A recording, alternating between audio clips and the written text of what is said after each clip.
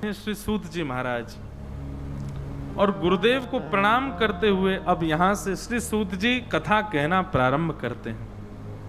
बहुत ध्यान पूर्वक सुनिएगा एक एक प्रसंग।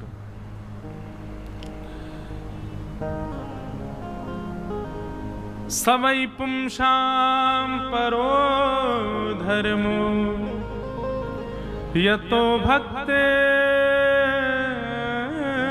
अदोक्षजे अहैतुक्य प्रतिहता ययात्मा संप्रसीदति। सवै पुंसां परो धर्मो यतो भक्तिर अदोक्षजे। अदोक्षज भगवान की, अदोक्षज भगवान का एक नाम है अदोक्षज। अहैतुकी भक्ति करना ही हमारा परम धर्म है। अहैतुकी भक्ति किसको कहते हैं? भक्ति तीन प्रकार की होती है, सब लोग इधर ध्यान पूर्वक सुनो।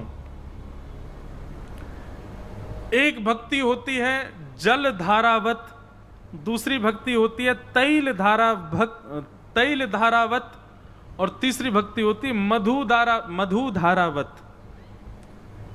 जल धारावत, तैल धारावत और मधु धारावत। जल की धारा आप पात्र से नीचे डालो, जैसे जैसे आप जमीन से पात्र को ऊपर लेते जाओगे जल की धारा में विच्छिन्नता आने लग जाएगी, कटने लग जाएगा। तो पहली भक्ति का स्वरूप कौन सा होता है? बोले जल धारावत। विच्छिन्न भक्ति है, कांस्टेंट नहीं है, कटती रहती है बीच बीच में। कभी मन किया तो कर ली, कभी मन किया तो हट गई, कभी मन किया तो हो गई, कभी मन किया तो नहीं हो रही है। इसको कहते हैं जल धारावत। दूसरी भक्ति का स्वरूप होता तैल धारावत। तेल, सरसों का तेल लो तो जल को ऊपर करने में जितनी विच्छिन्नता आती है, तेल को ऊपर करने में जल से ज्यादा कॉन्सिस्टेंसी बनी रहती है। वो कांस्टेंट रहता है थोड़ी दूर तक। मतलब भक्ति तो करते हैं, छोटी मोटी बातों से भक्ति खत्म नहीं होती। हाँ, कोई बहुत बड़ा कुछ हो जाए तो जरूर नष्ट कर देते हैं, तो जरूर ठाकुर जी से विमुख हो जाते हैं। लेकिन सर्वश्रेष्ठ भक्ति कौन सी होती है? मधु धारावत। मधु यानी कि शहद। शहद की कैसी धारा होती है? अगर असली शहद है तो नीचे से जैसे आप डाल के ऊपर की ओर लेते जाएंगे तो एक तार जैसा निकला ही रहेगा, वो विच्छिन्न नहीं होती है, वो एक ही धार बनी रहेगी। भक्ति कैसी होनी चाहिए? मधु धारावत। और मधु धारावत भक्ति कैसे बने? बोले मधु के समान बन जाओ तो मधु धारावत हो जाओगे। अब मधु के गुण क्या हैं? शहद के गुण क्या हैं? बहुत ध्यान से सुनिएगा।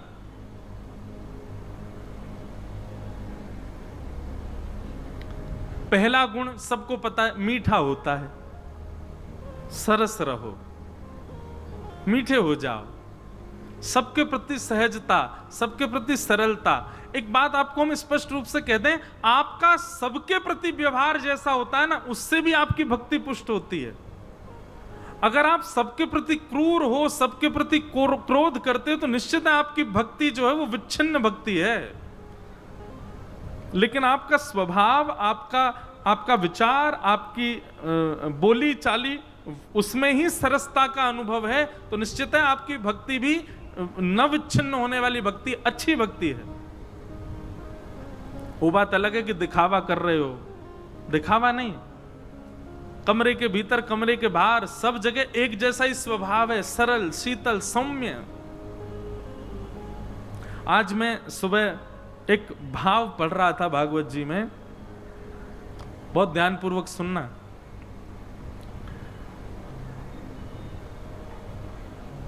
श्रीमद् भागवत में प्रथु चरित्र आता है, तो प्रथु चरित्र वैसे कथा क्रम रहेगा ना, तो उसमें प्रथु चरित्र इतना विस्तार से कह नहीं पाऊंगा मैं, मुझे पता है, क्योंकि बहुत जल्दी जल्दी हमको आगे बढ़ाने पड़ेंगे प्रसंग। तो इसलिए एक भाव में आज सुबह पढ़ रहा था, तो प्रथु चरित्र में एक भाव आता है, सुदामा जी को धनवान किसने बनाया? सुदामा जी पहले तो निर्धन थे, लेकिन बाद में उनको धनवान किसने किया? भगवान ने किया, द्वारिकाधीश ने किया। पांडवों को उनके हस्तिनापुर से दूर भगा दिया गया था, युद्ध करवा करके पुनः हस्तिनापुर किसने दिलवाया? इंद्रप्रस्थ किसने दिलवाया? ठाकुर जी ने दिलवाया। विभीषण को लात मार के भगा दिया था रावण ने, पर विभीषण को पुनः लंका का राजा किसने बनाया? ठाकुर जी ने बनाया। सब लोगों का एक ही उत्तर है ना, और यही उत्तर गलत है, यही उत्तर गलत है। आज बहुत सुंदर एक भाव पृथु चरित्र में श्री पृथु महाराज कहते हैं कि कोई भी व्यक्ति अपने जीवन में योग्यता प्राप्त कर रहा है तो उसके पीछे जो कारण होते हैं, और योग्यता में यहां पर संपत्ति को लिया गया।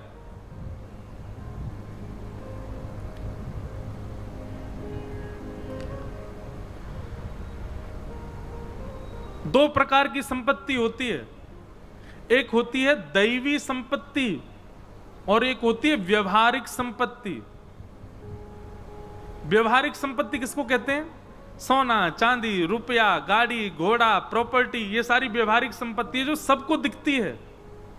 और दैवी संपत्ति किसको कहते हैं? जो ठाकुर जी ने आपको देकर के भेजी, बुद्धि, स्वभाव की शीतलता, गाने का गुण, नृत्य का गुण, कुछ बनाने का गुण, कुछ अच्छा करने का गुण, ये सारी दैवी संपत्ति होती हैं। पर ये दोनों संपत्ति ठाकुर जी की कृपा, ठाकुर जी नहीं देते।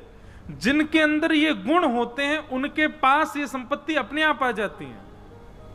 व्यवहारिक संपत्ति भी यानी कि धन धान्य भी, और दैवी संपत्ति भी। कौन कौन से गुण हैं? ध्यान पूर्वक सुनो। पृथु महाराज कहते हैं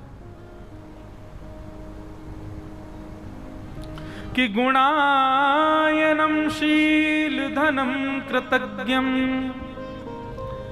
वृद्धाश्रयं स्वर्णदतेनु संपदः प्रसीदतां ब्रह्म कुलं गवां च जनार्दन सानुचरश्च मह्यम्। देखो, धन तो आजकल उल्टे सीधे गाने गा करके और उल्टे सीधे हाव ब्लाउज से मुंह बना करके सोशल मीडिया पे बहुत लोग कमा रहे हैं, और इतना कमा रहे हैं जितना इंजीनियर नहीं कमा पा रहा होगा, जितना चार्टर्ड अकाउंटेंट नहीं कमा पा रहे होंगे, जितना बड़े बड़े डॉक्टर नहीं कमा पा रहे होंगे। महीना में इतना ऊट पटांग काम करके सोशल मीडिया इन्फ्लुएंसर बोलते हैं अपने आप को। देखें कभी? कुछ भी पहन लेंगे, कुछ भी खा लेंगे, कुछ भी पोत लेंगे चेहरा पे, कुछ भी करते हैं। ऐसे विचित्र विचित्र लोग हैं, कभी कभी दिख जाते हैं। अच्छे खासे छोरा बना के भेजे भगवान ने, छोरी बने घूमेंगे। अच्छे खासे ठाकुर जी ने रूप स्वरूप दिया, लेकिन फिर भी बाबू बिगाड़ते रहेंगे। अब मुझे कोई स्पेसिफिक बोलना तो नहीं है, कैसे कैसे सबको दिखते ही हैं। तो पैसा कमाना, क्योंकि इस बात को जब हम व्याख्या करेंगे तो कई लोग रिलेट कर सकते हैं, बोले वो लोग भी तो पैसा कमा रहे हैं, उन पे कहां से पैसा आ रहा है, उनमें तो ये गुण नहीं है। पैसा आना, संपत्ति आना, दैवी संपत्ति और व्यवहारिक संपत्ति आना बड़ी बात नहीं है, पर वो स्थिर होकर के हमारे पास रहे, ये बड़ी बात है। और संपत्ति किसको प्राप्त होती है? पुनः कहूंगा, संपत्ति से केवल धन मत ले लीजिएगा, पर हां धन भी है इसमें, पर दैवी शक्तियां भी हैं, दैवी संपदा भी है। तो यहां पर कहते हैं 4 गुण जिसके अंदर, पहला गुण क्या है? बोले गुणायनम। अयन कहते हैं घर को, जिसके अंदर बहुत सारे गुण हैं। गाना भी जानता है, नृत्य करना भी जानता है, सबको बहलाना भी जानता है, सबको मनाना भी जानता है, सबसे मीठा बोलना भी जानता है, सबके प्रति अच्छा स्वभाव रखता है, सबके साथ अच्छा रहता है, अच्छी तरीके से सब सारे गुण युक्त है। बहुत सारे गुण जिसके अंदर हैं, गुणायनम, जिसका शरीर गुणों का घर है, सर्वगुण संपन्न है, पहला। दूसरा, शील धनम, शीलता है। शीलता का मतलब क्या होता है? विभीषण जी के प्रसंग में आता है कि जब विभीषण जी जाकर के रावण से कहते हैं कि भैया आप सीता जी को वापस कर दो, ये आप ठीक नहीं कर रहे हो, ये राम जी की गृहिणी है, राम जी परब्रह्म है, इनको वापस कर दो। तब रावण ने क्या किया? तो मानस जी में वर्णन करते हैं कि महाराज इतना मारा, इतना दुत्कारा, इतना सब कुछ कहा। कई लोग कहते हैं, एक बात बहुत ध्यान से सुनिएगा, कई लोग कहते हैं जैसे हमारे पक्ष का कोई व्यक्ति और वो दूसरे पक्ष में चला जाए तो कहते हैं विभीषण बन गया, बोलते हैं। विभीषण को वे वजह कोसा जाता है। विभीषण ने कभी भी रावण का पक्ष नहीं त्यागा था। विभीषण ने रावण को नहीं त्यागा था, रावण ने विभीषण का त्याग किया।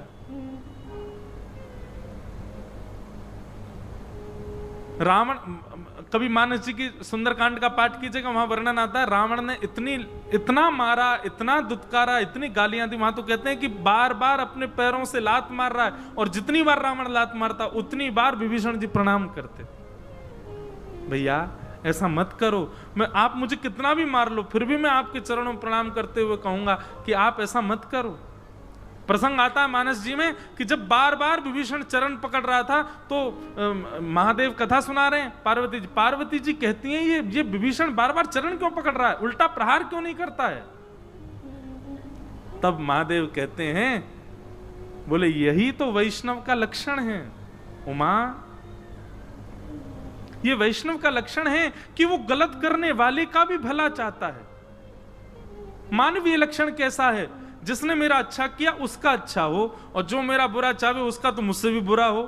पर वैष्णव का लक्षण कैसा? मेरे अच्छे करने वाले का तो अच्छा ही हो, पर मेरे संग जो दुर्व्यवहार कर उसका भी भला हो।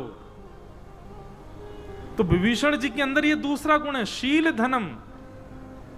तो संपत्ति किसके पास आती है, किसके पास टिकती है? सबसे पहला गुणायनम, दूसरा शील धनम, और तीसरा बताया कृतज्ञम।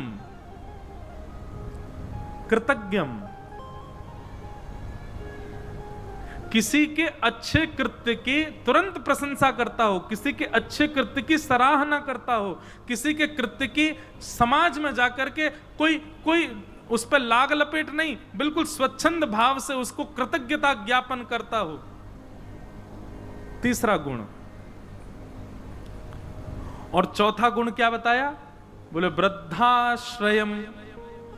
अब वृद्धाश्रयम से आप लोग अर्थ लगा लोगे कि वृद्धों के आश्रय में जो रहता है, पर वृद्ध का मतलब बूढ़े नहीं होता। वृद्ध का मतलब क्या होता है?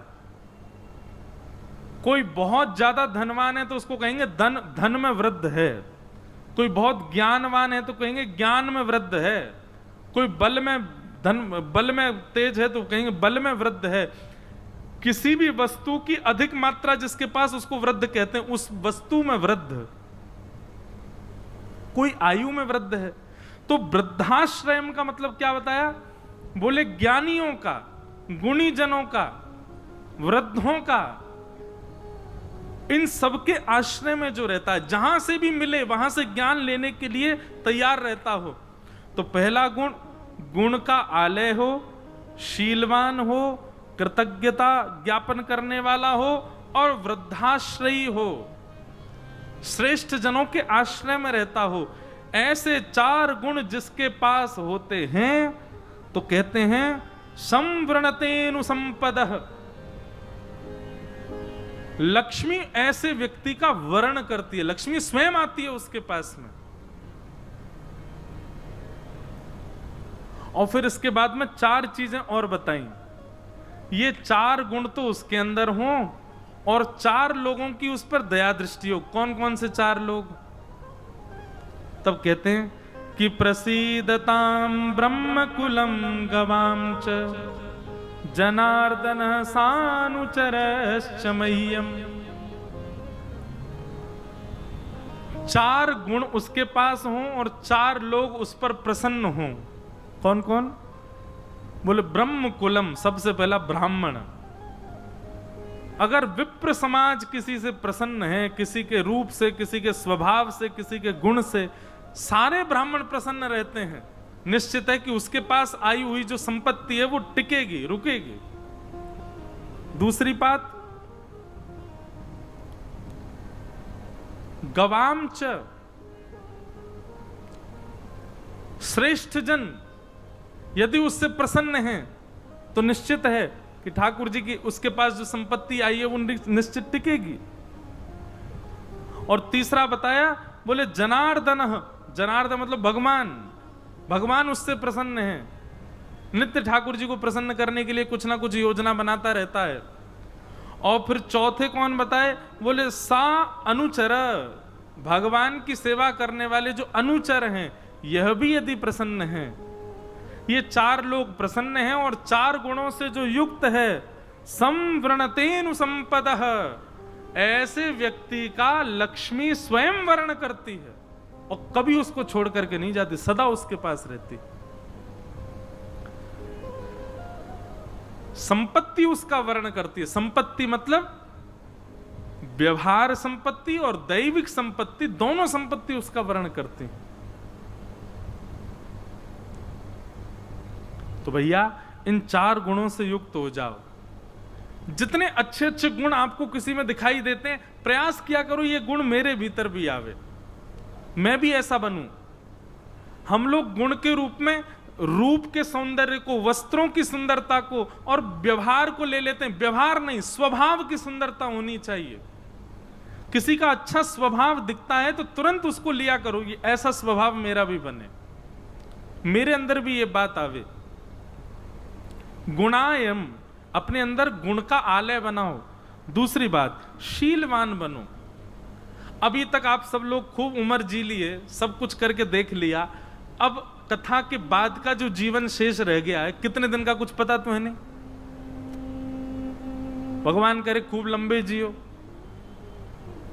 पर जितना शेष जीवन अब आगे जीना है आपको, उसमें कम से कम अब प्रयास करो कि अब क्रोध को जगह मत दीजिए अपने जीवन में। हाँ, मां चाहे बालकों पर क्रोध कर सकती है, गुरु चाहे शिष्यों पर क्रोध कर सकता है, अपने कुछ अनुचरों को संभालने के लिए क्रोध करो, पर बेवजह का क्रोध नहीं।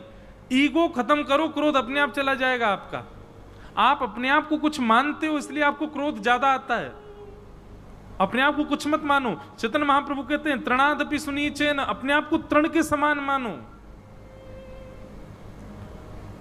क्रोध आता ही उस व्यक्ति को जो खुद को कुछ समझे बैठा है, कुछ नहीं है हम।